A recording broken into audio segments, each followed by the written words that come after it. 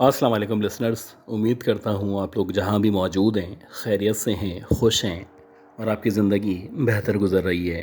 आप लोगों से गुजारिश है कि आप तमाम बीमारों के लिए, ख़ास तौर पे हमारे एक सब्सक्राइबर हैं उनके लिए, हम सब के लिए दुआ करें कि अल्लाह ताला सब लोगों को सेहत दे, ज़िंदगी दे और हम सब के कामों में आसानियाँ फरमाए। अगर आप में से किसी ने भी अब तक मेरे चैनल को सब्सक्राइब नहीं किया तो सबसे पहले इस चैनल को सब्सक्राइब कर लें और अगर हो सके तो अपने सर्कल में, अपने जानने वालों में, अपने दोस्तों में इस चैनल को इंट्रोड्यूस करवाएं। गाइस, ये जो ज़िंदगी है, इस ज़िंदगी में ज़ाहिर सी बात है कि जो भी इस दुनिया में आया है उसको यहाँ से जाना होता है। लेकिन आपकी ज़िंदगी में कोई ना कोई इस तरह का वाक़या, कोई ना कोई इस तरह का इंसिडेंट ज़रूर पेश आता है जो कि ना सिर्फ आपको पूरी ज़िंदगी याद रहता है, बल्कि कभी कभी ऐसा होता है कि उस वाक़ये को याद करने से आप खौफ के अंदर मुब्तला हो जाते हैं।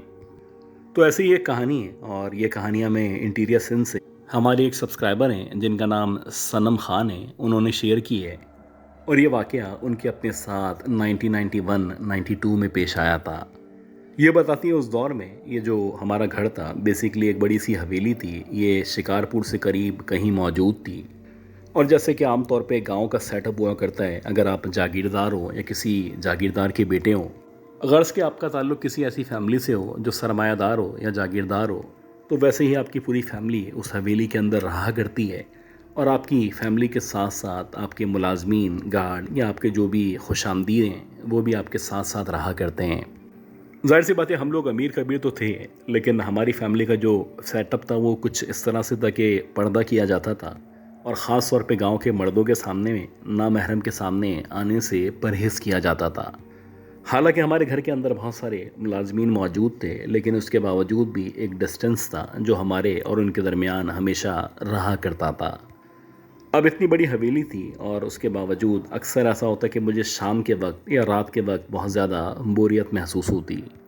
ज़ाहिर सी बात है, उस दौर में इतनी टेक्नोलॉजी नहीं थी, इतनी ज़्यादा चीज़ें मैसर नहीं थी। तो अक्सर ऐसा होता था कि हमारे गांव के अंदर एक लड़की रहा करती थी जिसका नाम सना था। वो शाम के औकात में, ख़ास तौर पे मगरिब की नमाज से कुछ देर पहले हमारे घर में आ जाती और मैं उसके साथ बहुत सारी बातें करती, कभी कभी मैं उसके साथ खेलती। गर्ज़ के मेरे घर वालों को भी पता था कि इस गांव के अंदर अगर मेरी कोई दोस्त है तो वो सिर्फ सना है। लेकिन कभी कभी आपकी ज़िंदगी में एकदम से कोई इस तरह की स्टेज आती है कि जिससे ओवरकम करना या जिससे बाहर निकलना आपके लिए तकरीबन नामुमकिन हुआ करता है।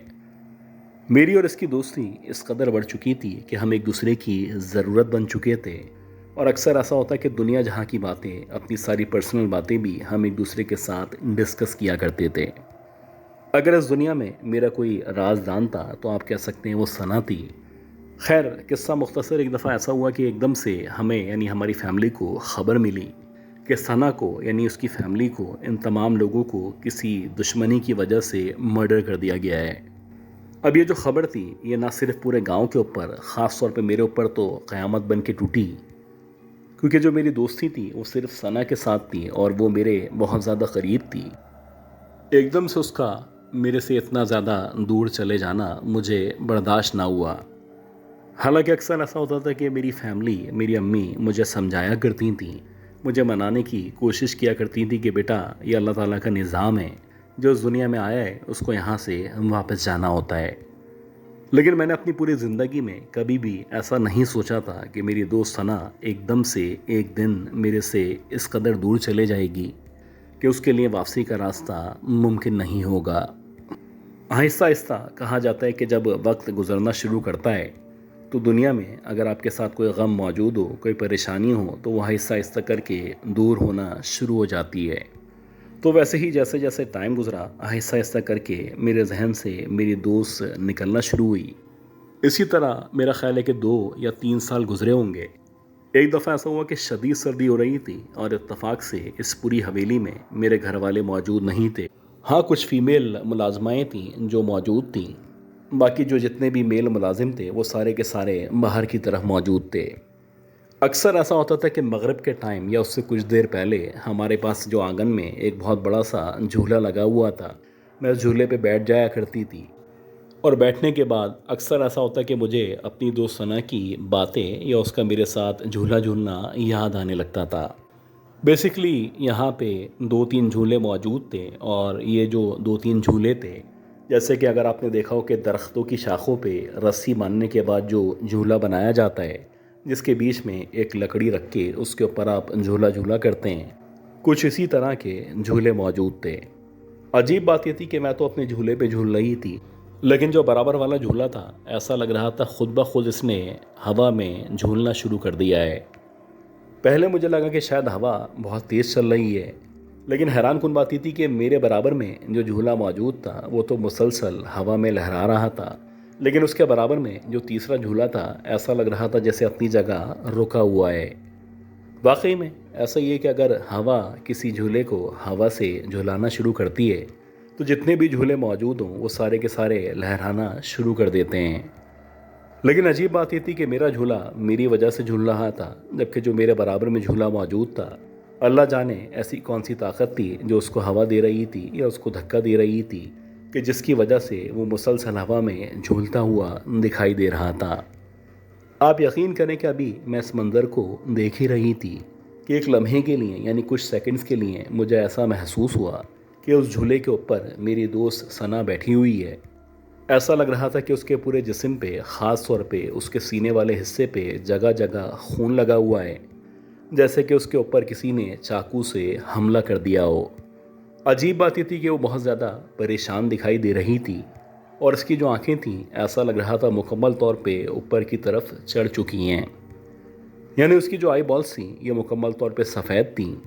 गर्ज के बहुत खौफनाक हुलिये में मेरे बराबर में मौजूद थी, और उसके हुलिये को या उसको देख के ऐसा लग रहा था जैसे उसको मेरी मदद की ज़रूरत है।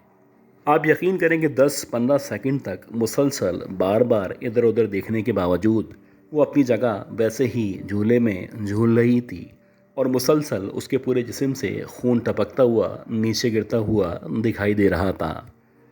इसी दौरानिए में जबकि मैं इस मंज़र से बाहर निकल पाती, तो मुझे पीछे की तरफ से हमारी एक मुलाजमा थी, उसने आवाज़ दी। अब जैसे ही उस मुलाजमा ने मुझे आवाज़ दी और मेरा जो ध्यान था एकदम से जब उसकी तरफ गया, तो मैंने जब उस मुलाजमा को देखा तो वो कहने लगी कि बीबी जल्दी से नीचे आ जाएं। यानी वो चाहती थी कि मैं जल्दी से झूले से बाहर निकलूं और उसकी तरफ आ जाऊं। शायद मेरे बराबर में जो झूला खुद ब खुद झूल रहा था, जिस पे मुझे मेरी दोस्त सना बैठी हुई दिखाई दे रही थी, उसको भी ये झूला झूलता हुआ दिखाई दे रहा था। खैर, जैसे ही मैं झूले से उतरी और उतरने के बाद जब मैं अपनी मुलाजमा के पास पहुंची, और वहां पहुंचने के बाद जब मैंने तीनों झूलों को अपनी आंखों से देखना शुरू किया, तो आप यकीन करें कि मेरा वाला झूला अपनी जगह वैसे ही रुक चुका था, यानी कि मैं उतर चुकी थी। जबकि जो मेरे बराबर वाला झूला था, जहाँ पे मुझे सना दिखाई दे रही थी, वो झूला हवा में वैसे ही झूल रहा था। लेकिन अजीब बात ये थी कि उसके ऊपर अब मेरी दोस्त मौजूद नहीं थी। जबकि अगर आप तीसरे झूले की बात करें तो वो वैसे ही पॉज था, ऐसा लग रहा था कि अपनी जगह रुका हुआ है। एक अजीब सूरत हाल थी जो हमारी आंखों के सामने मौजूद थी, और अजीब बात यह थी कि मेरी मुलाजमा भी इस चीज़ की गवाह थी कि ये जो झूला था खुद ब खुद हवा में झूलता जा रहा था। खैर, कुछ देर के तवक़्क़ुफ़ के बाद हम लोग बिलाखिर अपने अपने कमरों में, यानी उस कमरे में आ गए जहाँ पे हम रहा करते थे। और उसके बाद से मैंने, मेरी मुलाजमा ने, मेरे घर वालों ने रात के टाइम, ख़ास तौर पे मगरिब के बाद या मगरिब के टाइम उस जगह जाने से परहेज़ करना शुरू कर दिया था। मुझे नहीं पता कि मैंने अपनी दोस्त को जो देखा था वो मेरा वहम था या वो हकीकत थी, या मेरी दोस्त मुझे वाकई में नज़र आके कोई मैसेज देना चाहती थी। लेकिन सच्ची बात तो ये कि मैं नहीं चाहती थी कि मेरी दोस्त इस दुनिया से जाने के बाद मुझे कभी भी दोबारा से दिखाई दे। और अल्लाह का शुक्र है कि उसके बाद से जब से मैंने पढ़ना पढ़ाना शुरू किया, तो मुझे मेरी दोस्त ना ही दिखाई दी, और ना ही मैं चाहती हूँ मुझे मज़ीद आने वाली ज़िंदगी में मेरी दोस्त के साथ किसी भी किस्म का इंटरेक्शन करना पड़े।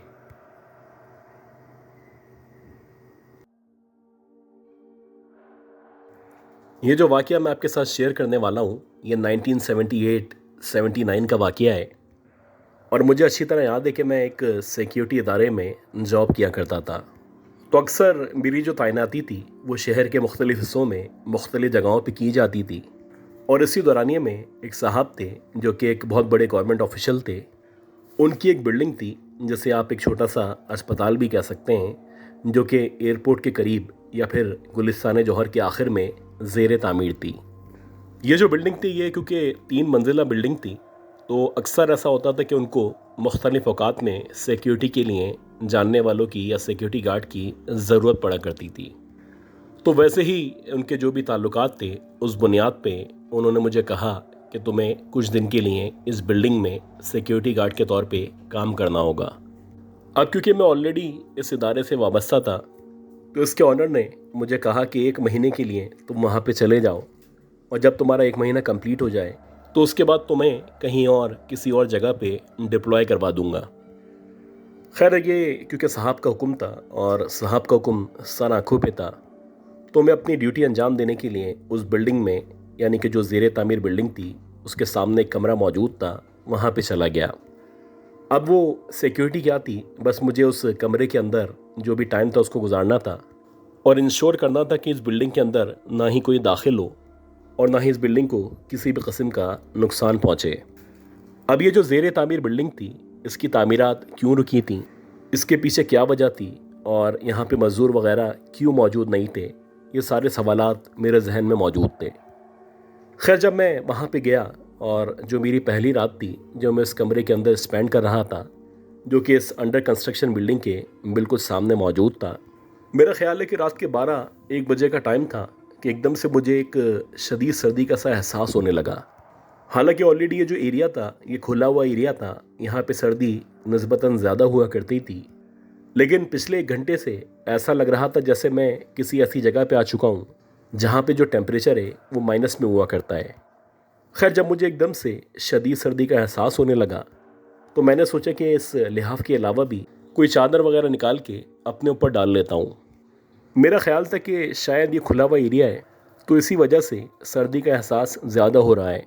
اسی دورانیے میں جب میں چادر کی تلاش کر رہا تھا یا میں کوئی ایسا کپڑا تلاش کر رہا تھا جو اپنے اوپر ڈال سکوں، مجھے ایسا لگا کہ میرے سامنے یعنی جہاں پہ کھڑکی موجود ہے اس کے ساتھ جو پردے لگے ہوئے ہیں وہ ایک دم سے موو کرنا شروع ہو چکے ہیں۔ بظاہر ایسا لگ رہا تھا یا تو ان پردوں میں بہت زیادہ ہوا لگ رہی ہے، حالانکہ ان پردوں کے پیچھے جو کھڑکی موجود تھی وہ مکمل طور پہ بند تھی۔ اب شروع میں نے جب یہ منظر دیکھا تو میں نے اپنے آپ کو کنونس کیا یقیناً یہ ہوا کی وجہ سے اڑ رہے ہیں،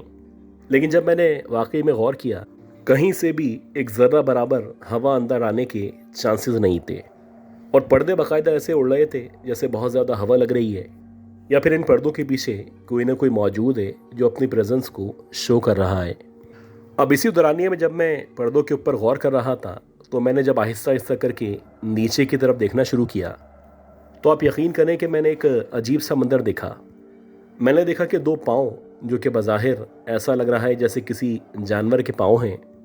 ان پاؤں پہ بے تحاشا کالے کالے بڑے بڑے بال موجود ہیں۔ وہ پاؤں مجھے پردے کے نیچے کی طرف نظر آ رہے ہیں،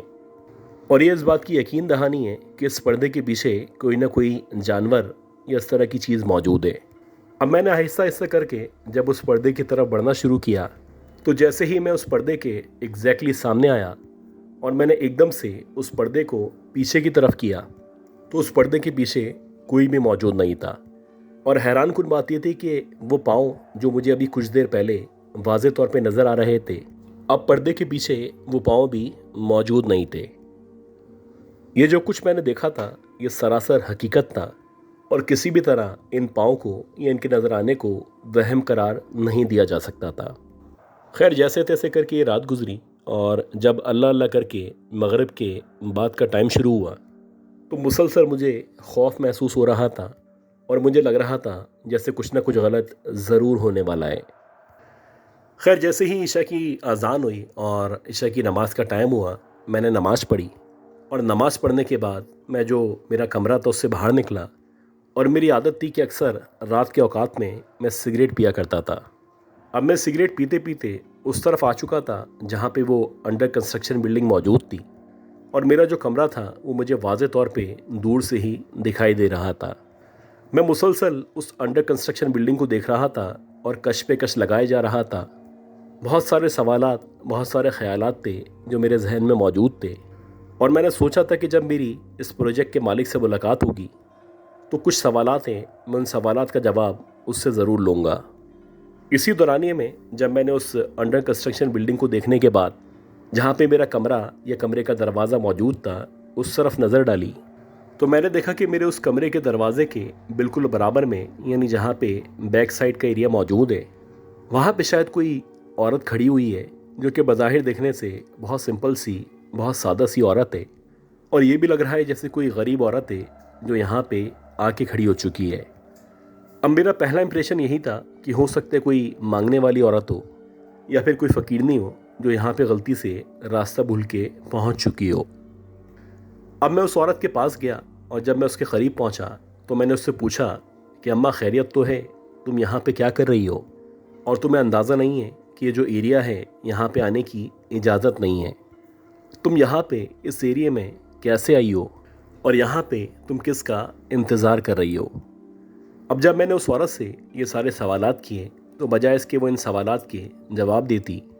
देखते ही देखते वो औरत एकदम से पलटी और उसने बाहर की तरफ चलना शुरू कर दिया। हैरान कुन बात ये थी कि जब वो औरत मुश्किल से 10 या 12 कदम दूर गई होगी तो ऐसा लगा देखते ही देखते एक धुआं सा छाने लगा है और वो औरत धुआं बन के देखते ही देखते गायब हो चुकी है।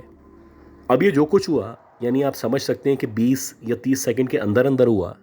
और मेरे दिमाग ने मुकम्मल तौर पे काम करना छोड़ दिया कि आखिर जो कुछ मैंने देखा है वो सरासर हकीकत है या फिर ये सरासर मेरा वहम था। एक अजीब कन्फ्यूजन थी। मैं शशोपंच के आलम में तकरीबन 3, 4, 5 मिनट तक वहाँ पे खड़ा रहा और मुसलसल इस सर्दी में भी मेरे पसीने छूटते रहे। खैर उसके बाद जब मेरे कुछ औसान बहाल हुए तो मैं अपने कमरे के अंदर आया और जो भी कुरानी आयत मुझे आया करती थी मैंने उनकी तिलावत की। पूरे कमरे ख़ास तौर पे इस एरिया का हिसार किया और उसके बाद कहीं जाके मुझे नींद आई। अब इसी तरह एक रात और एक दिन मज़ीद गुजरा और उस रात या उस दिन किसी भी किस्म का कोई इस तरह का वाक़या पेश नहीं आया।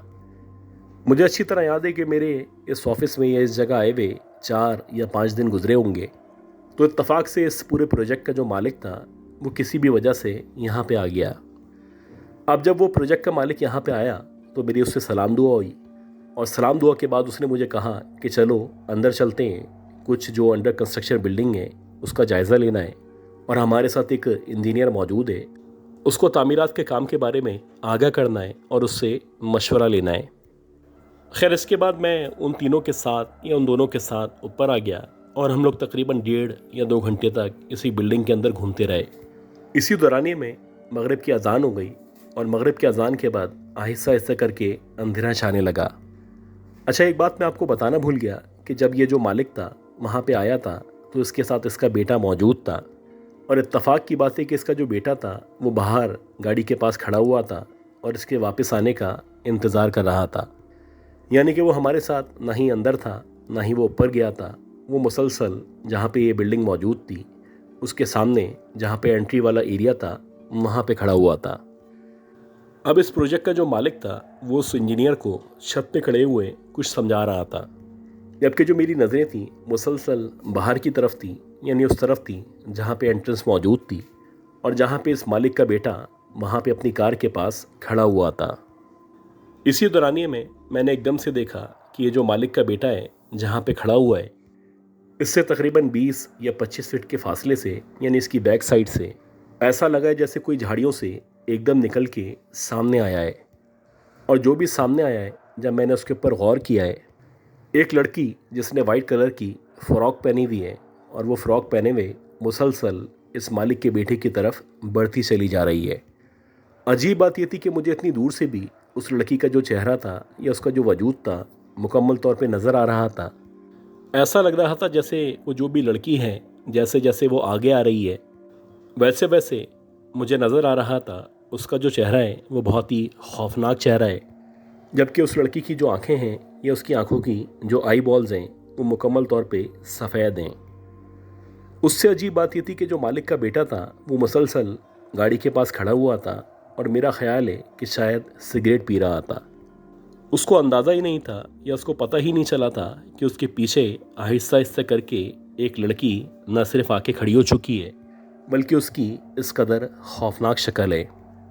اب جیسے ہی میں نے اس لڑکی کو اس مالک کے بیٹے کے بالکل پیچھے آتے دیکھا